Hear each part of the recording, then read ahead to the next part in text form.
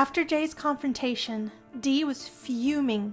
She was trying to keep her cool, but who was she kidding? I'm going to say this slowly so you understand every word. If these rumors started from any of the contestants in the house, I swear to the sim gods, I will find them and skin them alive. Not that I have to explain to you or anyone, Jay, but I prefer burritos over tacos. Thank you very much. You better get the f out of my face, Stat, before I punch your throat. You hear me? Dee made her way to meet Hook, not before making a pit stop to calm her riled nerves.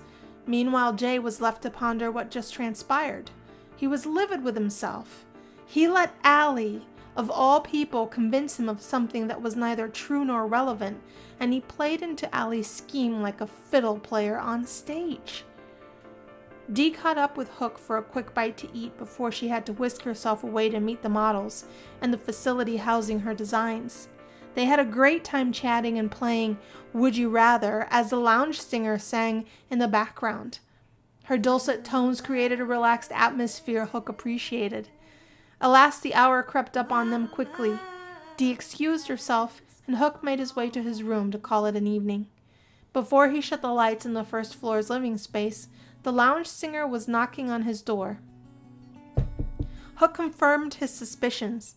This red-headed beauty was indeed following him since he landed in Spain. And why was she so familiar? Eric Sparrow? She questioned him by referring to his real name. Are you Eric? Yes, but no one knows me by that name. Do I know you?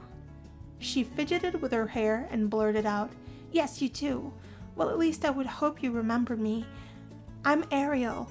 I was in the hospital when you had your accident. The one... Where I lost my hand and eye, of course. That red-headed spitfire was at his bedside day and night since he was admitted into the hospital.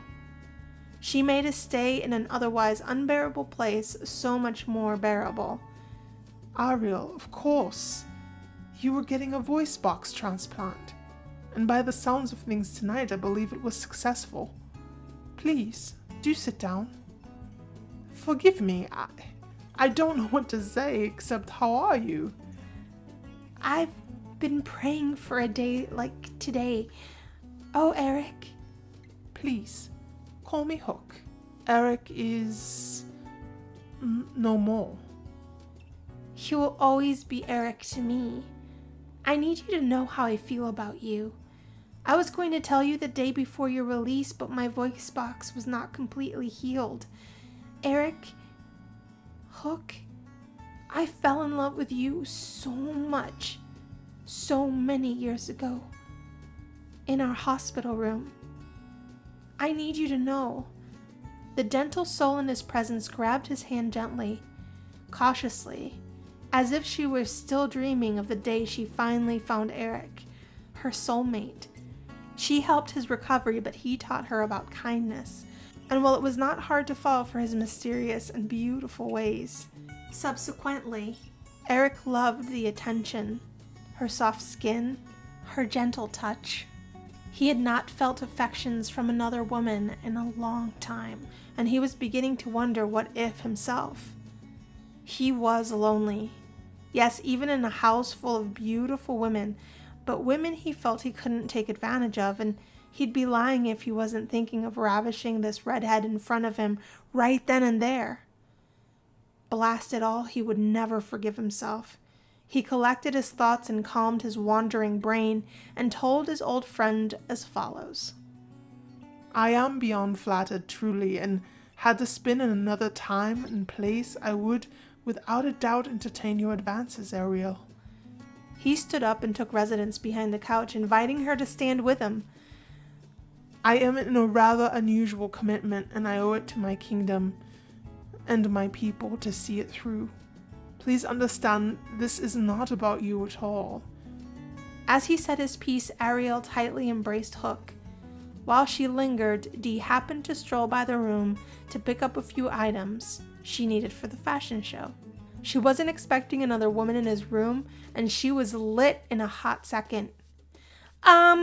Excuse me, Miss Fishface? Who the f are you, and what the fuck are you doing here, huh? Second thought, I could give a fat rat's ass what you're doing here, and will ask you kindly to leave my room and my date the fuck alone. Sayonara, tits. Ariel trembled in anguish and anger. I can't. Dee felt she had no other recourse. She grabbed the king in Ariel's presence and kissed him, passionately, right in front of her. Ariel finally realized she was too late. Dee, whatever came over you?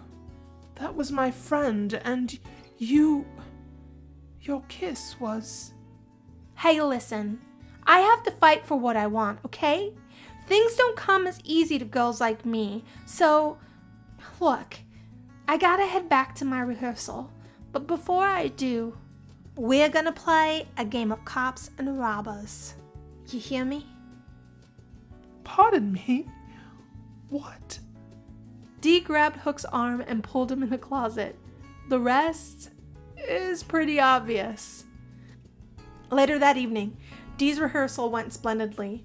All of her models were top-notch and her lingerie line was to die for. The fashionistas in Spain would end up fighting to own one of her garments. In truth, that fashion parade was her worldwide debut. It was brilliant.